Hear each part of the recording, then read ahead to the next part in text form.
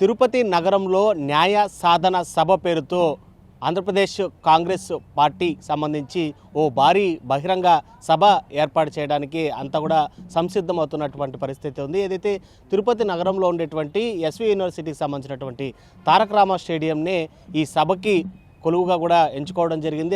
ఇక్కడ ఏర్పాట్లు అయితే మాత్రం చాలా ముమ్మరంగా కొనసాగిస్తున్నటువంటి పరిస్థితి. అంటే ఇవాళ సాయంత్రం 4 గంటలకి ఏపీసీసీ అధ్యక్షురాలైనటువంటి వైఎస్ షర్మిల అధ్యక్షతన జరగబోయేటువంటి ఈ సభకి ఇటు రాజస్థాన్ నుంచి మాజీ డిప్యూటీ సీఎం సచిన్ పైలట్తో పాటు మరికొంతమంది ఆంధ్రప్రదేశ్కి సంబంధించినటువంటి ముఖ్యమైనటువంటి నేతలందరూ సిడబ్ల్యూసీ వర్కింగ్ కమిటీ సభ్యులతో పాటు మరికొంతమంది అంటే మాజీ పీసీసీ సంబంధించి అదేవిధంగా సీనియర్ నాయకులతో పాటు రఘువీర ఇలాంటి వాళ్ళందరూ కూడా విచ్చేస్తున్నటువంటి పరిస్థితి ఉంది. అయితే ప్రధానంగా ఏదైతే ఈ సభకు న్యాయ సాధన సభ అని పెట్టడంలోనే తెలుస్తుంది. ఎందుకంటే 2014 సంవత్సరంలోనే ఇక్కడ ఇదే స్టేడియము కేంద్రంగా కూడా ప్రస్తుతం ఏదైతే కేంద్రంలో అధికారంలో ఉన్నటువంటి బీజేపీ ఇటు ప్రధానంగా కొనసాగుతున్నటువంటి నరేంద్ర మోడీ 2014 సంవత్సరంలో అతను ప్రధాని అభ్యర్థిగా కూడా అప్పుడు ఇక్కడ ఆంధ్రప్రదేశ్కి సంబంధించి టీడీపీ జనసేన కూటమిలో ఉన్నటువంటి నేపథ్యంలోనే ఇదే ప్రాంగణంలో ఓ భారీ బహిరంగ సభ ఏర్పాటు చేయడం జరిగింది.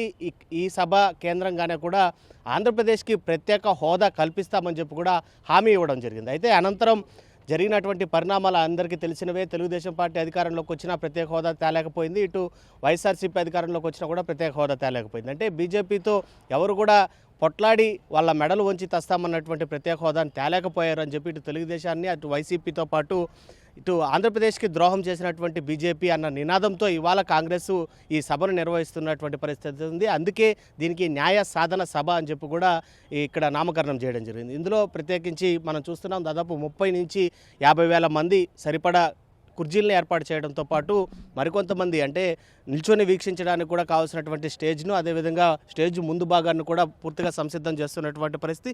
ప్రత్యేక హోదా డిక్లరేషన్ అంటే కాంగ్రెస్ పార్టీ అధికారంలోకి వస్తే ఖచ్చితంగా ఏపీకి ప్రత్యేక హోదా సాధన అనేది లభ్యమవుతుంది. ఖచ్చితంగా పోరాడదాం, సాధిద్దాం, నిర్మిద్దాం అనేటువంటి ఈ నినాదాలతో ప్రత్యేక హోదాను అధికారంలోకి వస్తే ఇస్తామనే ఒక డిక్లరేషన్ అయితే మాత్రం ఇదే స్టేజ్ పైన నుంచి ఇటు ప్రస్తుతం ఏదైతే కాంగ్రెస్ పార్టీకి సంబంధించి నేషనల్ కార్యదర్శిగా ఉండేటువంటి సచిన్ పాటిల్ ఆధ్వర్యంలోనే ఇటు పిసిసి అధ్యక్షురాలుగా ఉన్నటువంటి షర్మిల ప్రకటించనుంది. మొత్తం మీద కాంగ్రెస్ పార్టీ నిర్వహించబోయేటువంటి ఏపీలో ఈ సభకు సంబంధించి ఏదైతే 2014 బీజేపీ ఇచ్చినటువంటి హామీకి వ్యతిరేకంగా అంటే అది చేయలేకపోయింది, తాము చేసి చూపిస్తామనేటువంటి ఒక గొంతుకును ప్రజల్లోకి తీసుకుని వెళ్ళేటువంటి ప్రయత్నం చేస్తున్నారు. అంతేకాకుండా ఏపీలో ఉండేటువంటి ప్రతిపక్షాలపైన కూడా కాంగ్రెస్కి సంబంధించి పిసిసి అధ్యక్షురాలు వైఎస్ షర్మిల అధికార పార్టీతో సహా అందరిపైన విరుచుకుపడేటువంటి పరిస్థితులు అయితే మాత్రం ఇక్కడ చాలా స్పష్టంగా కనిపిస్తాయి. అయితే చూద్దాం సాయంత్రం లోపు ఎంతమంది ప్రజలు ఈ కాంగ్రెస్ పార్టీ నిర్వహించబోయేటువంటి సభకి హాజరవుతారు, అదేవిధంగా షర్మిల చేసేటువంటి ప్రసంగాన్ని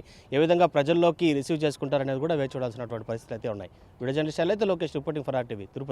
మరిన్ని వీడియోస్ కోసం ఛానల్ ని సబ్స్క్రైబ్ చేయండి, లేటెస్ట్ అప్డేట్స్ కోసం వాట్సాప్ ఛానల్ ని ఫాలో చేయండి అండ్ లింక్ డిస్క్రిప్షన్ లో ఉంది.